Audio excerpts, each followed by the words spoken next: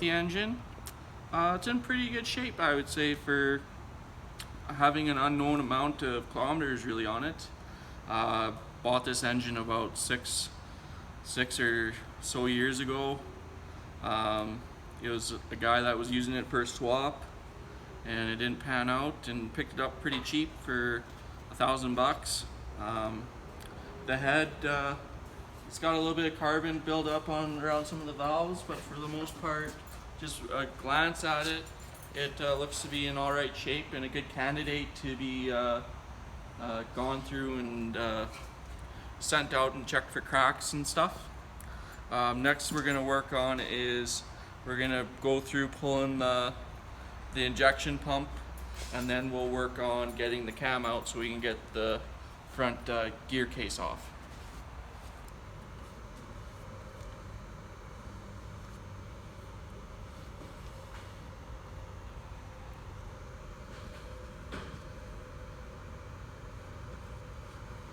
Whatever. Alrighty, so now we are moved on to removal of the injection pump.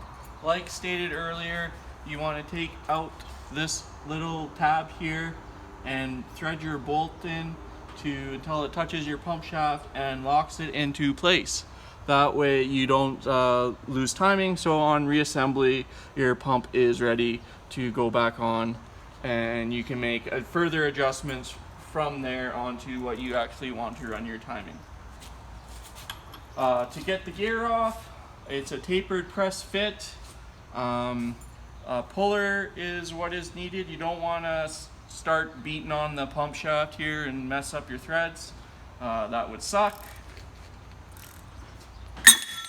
And it popped off just like that. So the gear is now off. On reassembly, if you do pop off your gear, you want to make sure that all this oil on the gear and on the pump is gone, because you do not want that to spin, as there is no key on the pump to key it to the gear. That's it. Go. Alrighty, so we have now removed the little bitty rotary VE pump off this engine.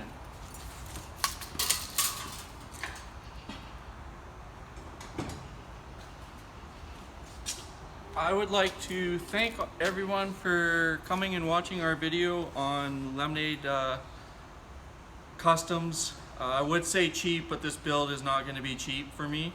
So if you want, let us know down below what you guys would do with a 12 valve build, and like and subscribe. Thank you.